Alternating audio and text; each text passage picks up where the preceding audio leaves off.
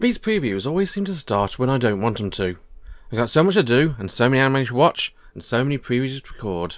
But that's never stopped me before, it's not going to stop me now.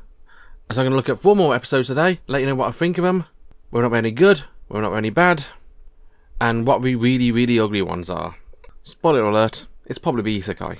Let me know what you think of them in the comments as well, and join me because this is a 2022 summer anime preview from a different perspective.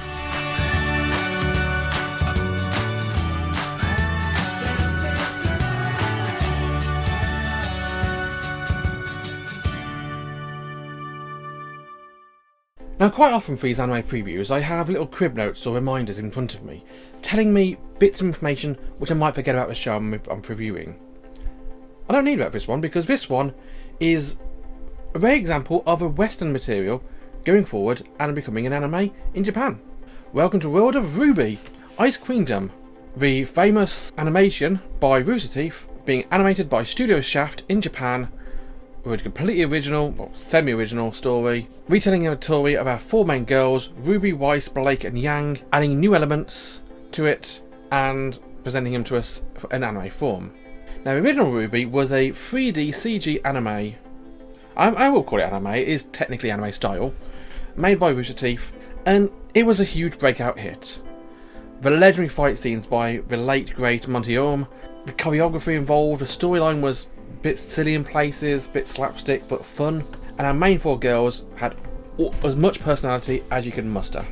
The main character, Ruby Rose, being a cute, younger than all the others, girl who is a true weapon geek, very much a nerd, but very tactically minded, very powerful. You got Weiss Schnee, the heiress to the Schnee Empire. Not empire as in kingdom, empire as in dust company. They sell dust, weapon grade material they use to use magic and powers. You got Blake Belladonna, a former terrorist who is trying to make herself go straight and is just a nice, warm-hearted bookworm who likes to keep herself to herself.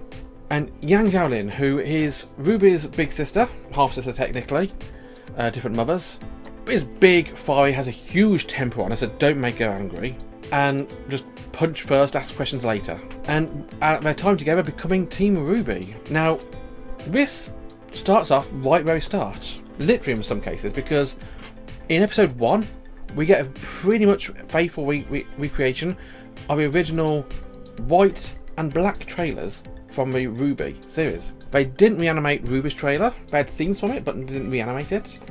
They didn't reanimate Blake's trailer. Well, that one would have been really cool actually. I'd love to see what they did with that one. They did reanimate the white trailer, Weiss's trailer, with a few extra elements here and there. And reanimated Blake's trailer, black trailer, which introduces us to Adam quite early on.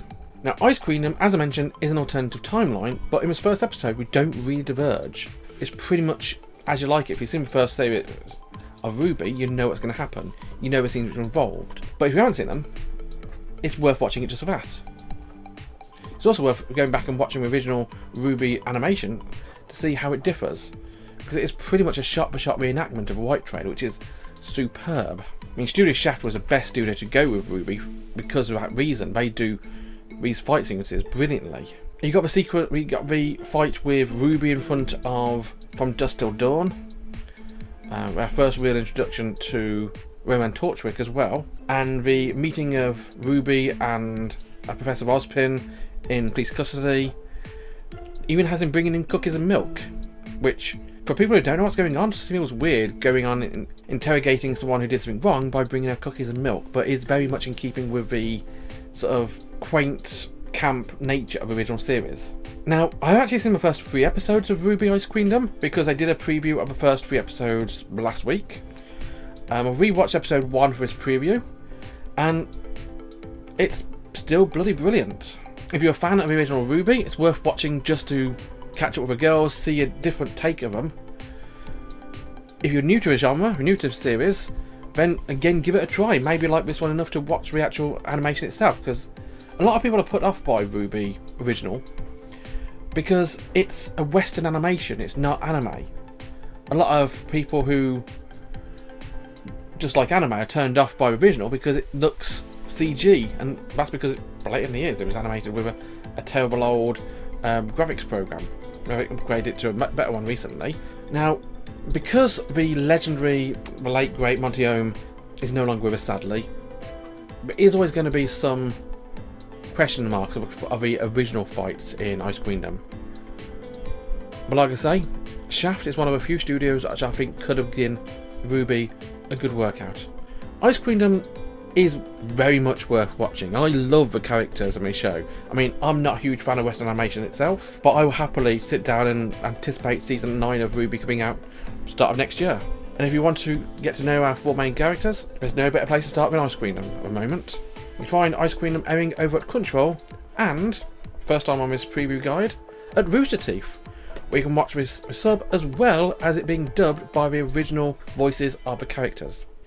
Any thought Shaft and RWBY were heavily stylized anime series? Welcome to Yurei Deco, an anime by Inside Saru.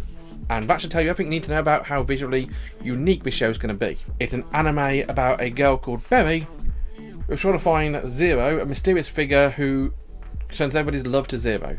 In this world Berry lives in, everything is powered by love.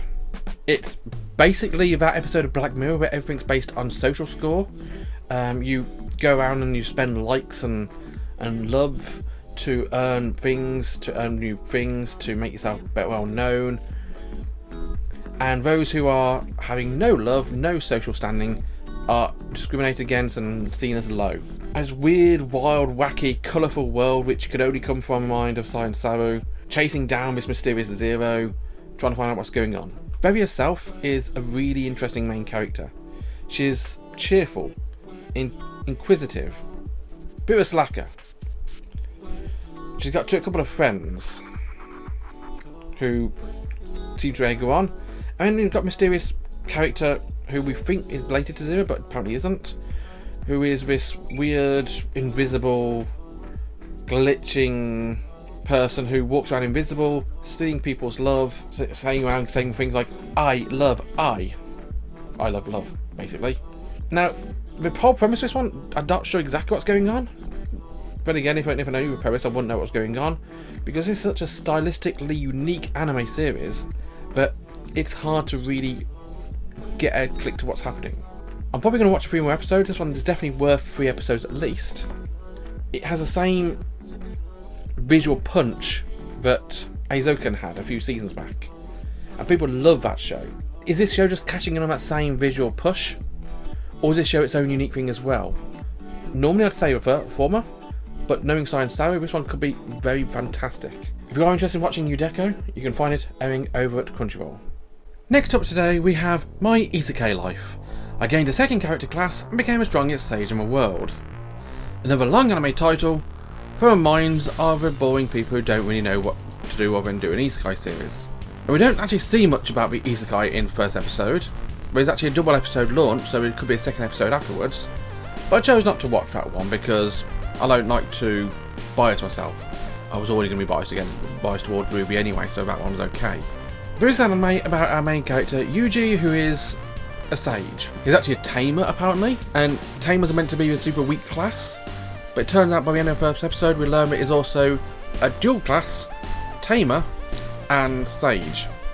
Now what makes Yuji interesting, and he is actually kind of interesting the way he does battle, is he actually fights through his tamed creatures, the majority of which are just cutely animated slimes. He's also got a dryad and a wolf which go around with him. That seems to be it, just a wolf, a cute dryad girl, and a bunch of slimes.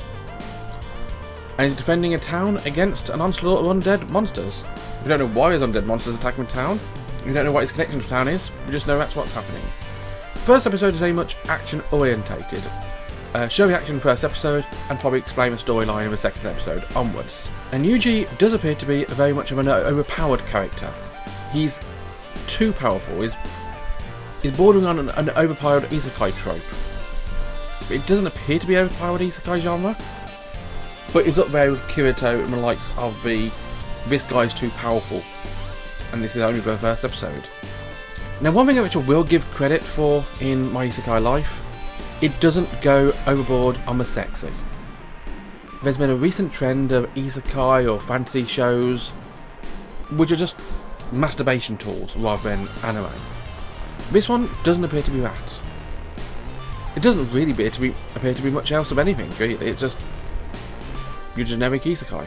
Slightly more powerful character, doing isekai type things in an isekai type world, fighting with slimes. If anything, the one thing which I took away from this show was it looks a bit like the world of Atelier, because you got these little slimes which are basically Pune, and the adventurous girl woman looked a bit like Verona with a hat. That's about it, really. There's not really anything outstanding about the anime. There isn't anything really offensive about the anime either. It's watchable, but that's about all you can really say about it, really. If you really wanted to taste a vanilla flavoured isekai series, this one may be your calling.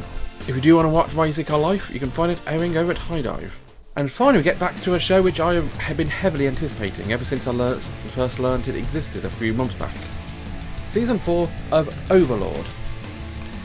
Now, I was quite a late arrival to the Overlord series. I didn't watch it initially because it aired on Funimation, and back then I didn't have a Funimation sub. Didn't really feel it was worth it, really, because they didn't have very much a UK presence back then either. But of course, with Funimation no longer existing and becoming part of Crunchyroll, it's a lot easier to watch these type of shows now. But I watched Overlord a while back, when they eventually started on Crunchyroll in the UK, and I loved it. From the overbearing but somehow human Ainzo Go, our main character, to the insane Yandere styled Albedo. You got a bunch of really cool, evil looking characters which are just world building. It's hard to really describe where Overlord fits in the entire spectrum of things, because it comes across as this heavy metal era, demons, liches, overlords, succubi, vampires, dark elves, this whole grim, evil empire. But when you watch it, you don't feel that at all. It's world building, it's the same genre of anime as Ascendance of a Bookworm, effectively. It is an isekai. Oh, yeah, it is an isekai, technically. It doesn't really have any of the trappings of isekai, but it doesn't portray itself as an isekai. It's just a world-building anime where our main character, Ainz, is coming to reality of living as this skeletal overlord and having a bevy of interesting characters at his beck and call tell him to do so. And rather than just conquering everything, which is what I'm sure the servants of his would love him to do, he does so in a way which is political. Season 4 starts us off with him having just taken over the Mage Kingdom and figure out what to do with that. I mean, first episode, very much as a way of reintroducing us to all the characters that matter. Well, I will be honest, I didn't really forgive him, and I'm tempted to dock him marks because the best character does not appear in the first episode of Season 4. Where's my Shouty? She's the best bloody character in my series. But I shouldn't really feel bloodfallen about that. I should really just get on and enjoy the episode, because if you've seen the first three series of Overlord, this one is more the same. Once you've got a show and a setting which works for you, why change it? And that's exactly what they're doing with Overlord Season 4. And if you are interested in watching Overlord Season 4, this one's airing over at Crunchyroll. And so that was RWBY Ice Queendom, Yurei Deco, my Isekai Life, I gained a second character class and become the strongest stage in the world, and Overlord Season 4. Let me know what you thought of them in the comments, and join me next time I look at 4 more new shows. Thanks very much for watching, have a wonderful day, and bye.